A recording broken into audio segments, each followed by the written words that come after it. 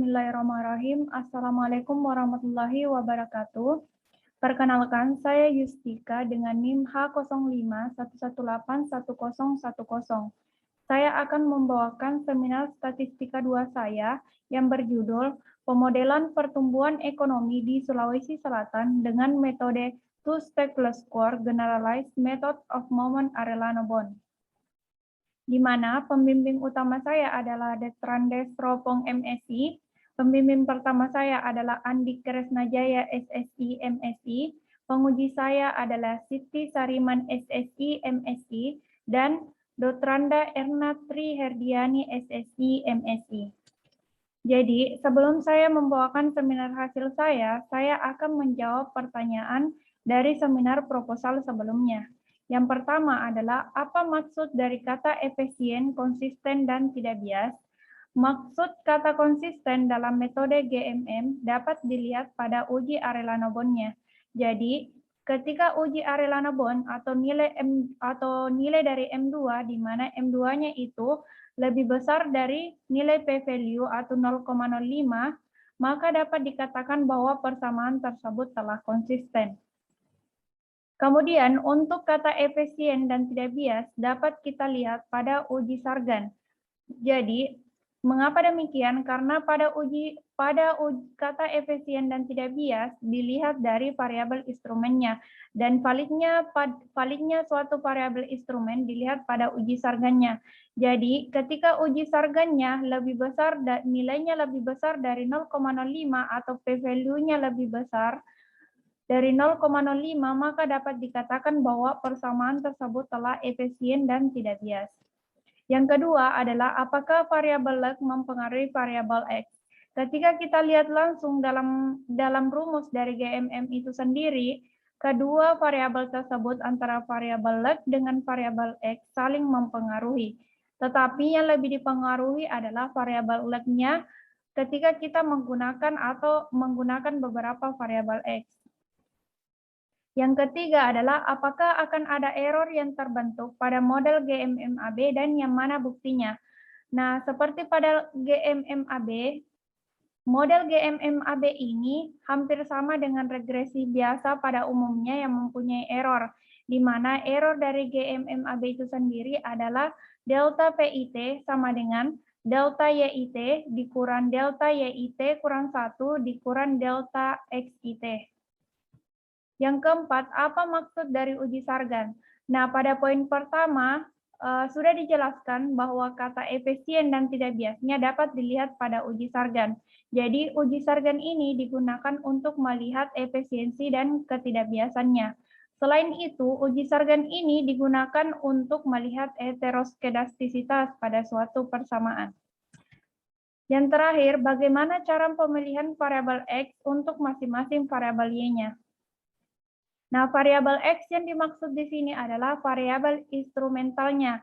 Ya, yang mana yang dimaksud dengan variabel instrumental?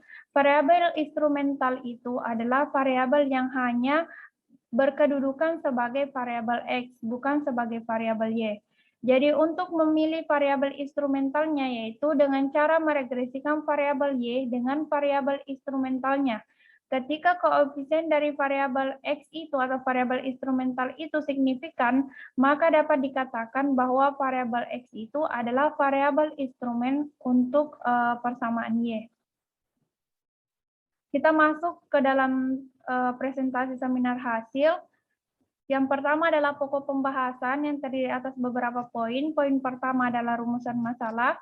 Poin kedua adalah tujuan penelitian. Poin ketiga adalah hasil dan pembahasan. Poin keempat adalah kesimpulan dan saran. Rumusan masalah, poin pertama adalah bagaimana mendeskripsikan faktor-faktor yang mempengaruhi pertumbuhan ekonomi di Sulawesi Selatan. Yang kedua, bagaimana pemodelan regresi data panel dinamis pada pertumbuhan ekonomi di Sulawesi Selatan dengan metode 2 SLS GMMAB. Kemudian tujuan yang sejalan dengan rumusan masalah, poin pertama adalah mendeskripsikan faktor-faktor yang mempengaruhi pertumbuhan ekonomi di Sulawesi Selatan. Yang kedua, pemodelan regresi data panel dinamis pada pertumbuhan ekonomi di Sulawesi Selatan dengan metode Two-Stack Score Generalized Method Moment Arellano Bond. Kemudian hasil dan pembahasan, step pertama adalah gambaran umum variabel Y-nya. Jadi akan digambarkan masing-masing variabel Y. Kemudian pola hubungan antar variabel, yaitu korelasi antara variabel Y dengan variabel X-nya. Kemudian identifikasi model persamaan simultan, melakukan uji apakah memenuhi dalam bentuk model persamaan simultan. Kemudian pemodelan pertumbuhan ekonomi dengan metode GMMAB. Selanjutnya gambaran umumnya, pada sebelah kiri saya dapat kita lihat di sini saya menjadikan PDRB sebagai variabel Y1-nya dan JPM sebagai variabel Y2-nya.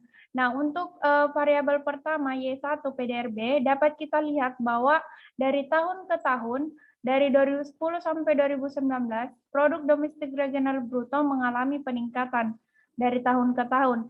Dan nilai produk domestik regional bruto yang paling tinggi berada pada Kota Makassar. Kemudian untuk JPM itu sendiri dari tahun ke tahun mengalami penurunan, rata-rata mengalami penurunan. Meskipun penurunannya tidak serta-merta menurun, tetapi ada keadaan kembali ke keadaan semula. Kemudian kabupaten yang nilai jumlah penduduk miskinnya yang paling banyak adalah berada pada Kabupaten Bone. Dan sampai pada tahun 2019, Kabupaten Bone masih menduduki sebagai jumlah penduduk miskin yang terbanyak di Sulawesi Selatan.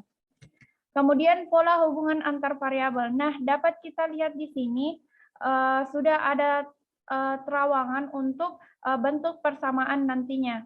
Jadi ketika Y1 menjadi variabel Y, maka Y2 menjadi variabel X-nya. Begitupun dengan Y2. Ketika Y2 menjadi variabel Y-nya, maka Y1 sebagai variabel X-nya. Nah, kita lihat nilai p-value-nya.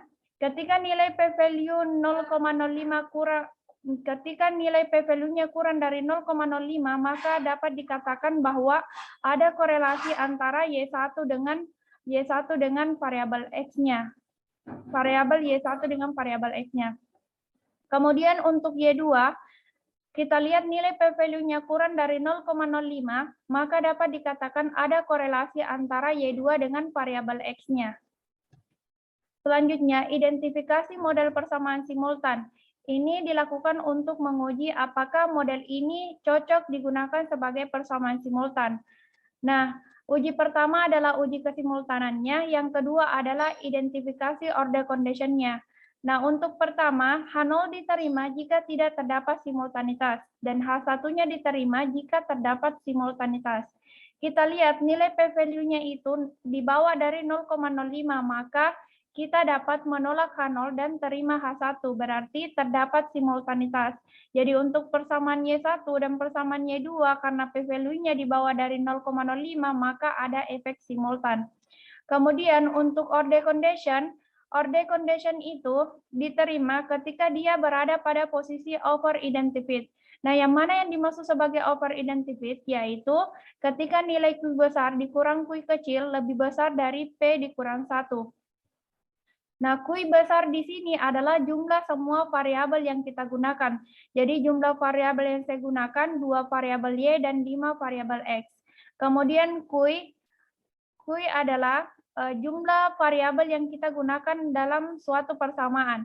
Nah, untuk persamaan 1 saya gunakan 5 variabel dan untuk persamaan Y2 saya menggunakan 4 variabel. Kemudian untuk nilai P adalah berapa persamaan yang akan kita bentuk. Nah, di sini ada 2 persamaan yang terbentuk, yaitu Y1 dengan Y2. Jadi, ketika Q dikurang Q lebih besar dari P dikurang 1, maka over-identified. Begitupun dengan Y2. Jadi, dari kedua persamaan ini sudah memenuhi over-identified.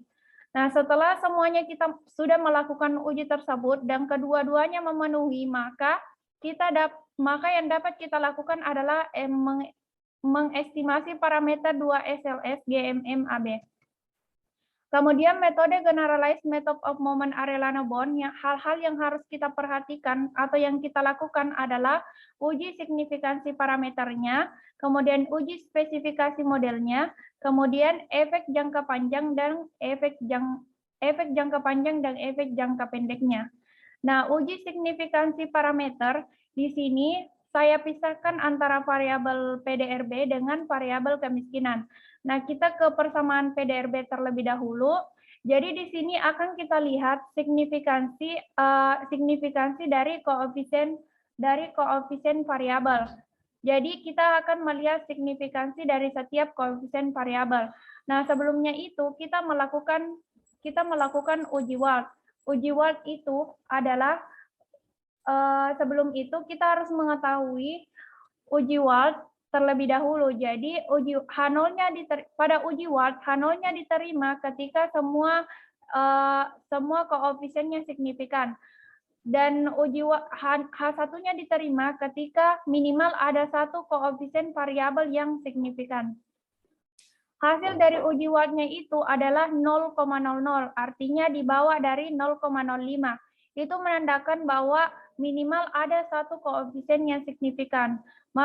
Dapat kita lihat di sini ada dua variabel yang signifikan, ada dua variabel koefisiennya signifikan. Yang pertama adalah PDRB, yang kedua adalah PPK.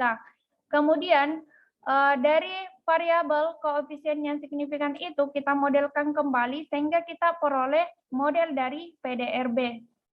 Nah, sama seperti pada PDRB, kita masuk ke kemiskinan, sama halnya sebelumnya.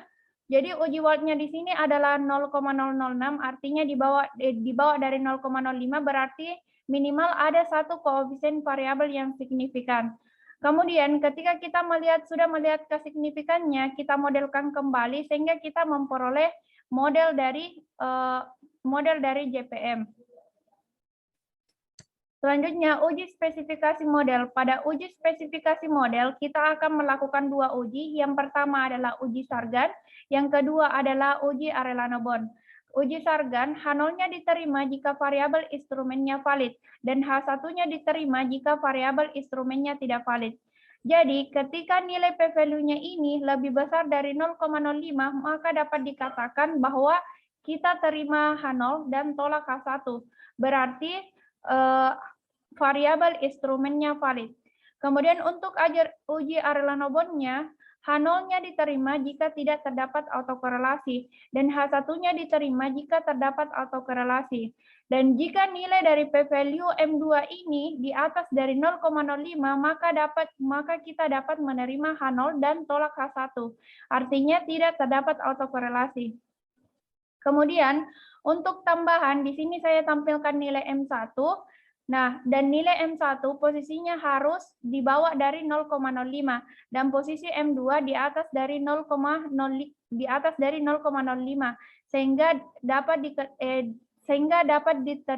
sehingga uji Arellano-Bond dapat diterima.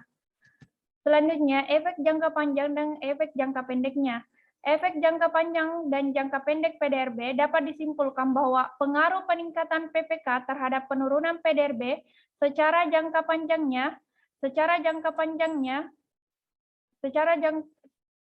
lebih besar daripada pengaruh jangka pendeknya.